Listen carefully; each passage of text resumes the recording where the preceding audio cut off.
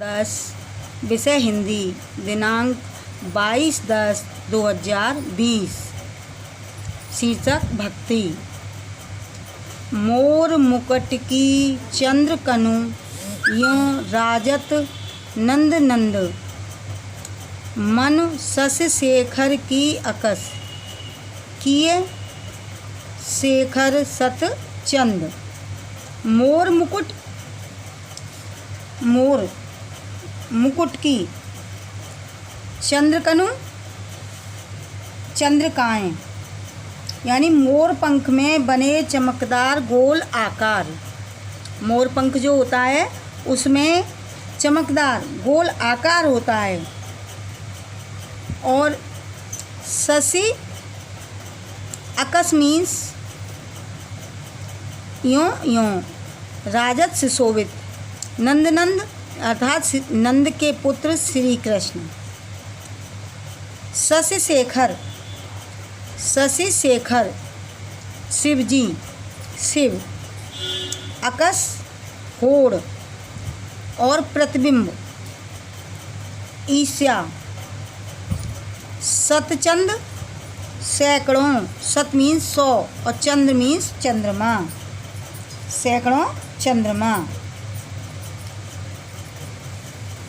नायिका श्री कृष्ण के सौंदर्य पर मुग्ध हो गई है। नायिका श्री कृष्ण के सौंदर्य पर मुग्ध हो गई है। अपनी इस स्थिति का वर्णन वह अपनी अंतरंग सखी से कर रही है। वो अपनी सखी से कह रही है, इस वर्णन को कर रही है।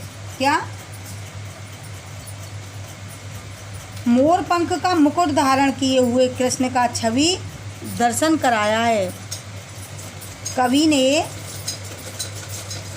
मोर पंख का मुकुट धारण किए हुए श्री कृष्ण की छवि का वर्णन किया है।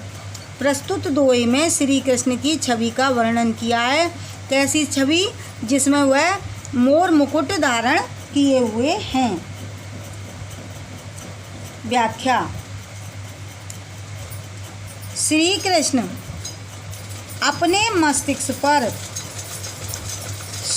सत चंद्रमाओं से अंकित, सतचंद सैकड़ों चंद्रमाओं से अंकित मयूर पंखों का किरीट धारण करने से, यानी मोर पंख का मुकुट धारण करने से ऐसे सुशोभित हो रहे हैं मानो शंकर जी स्पर्धा करने के लिए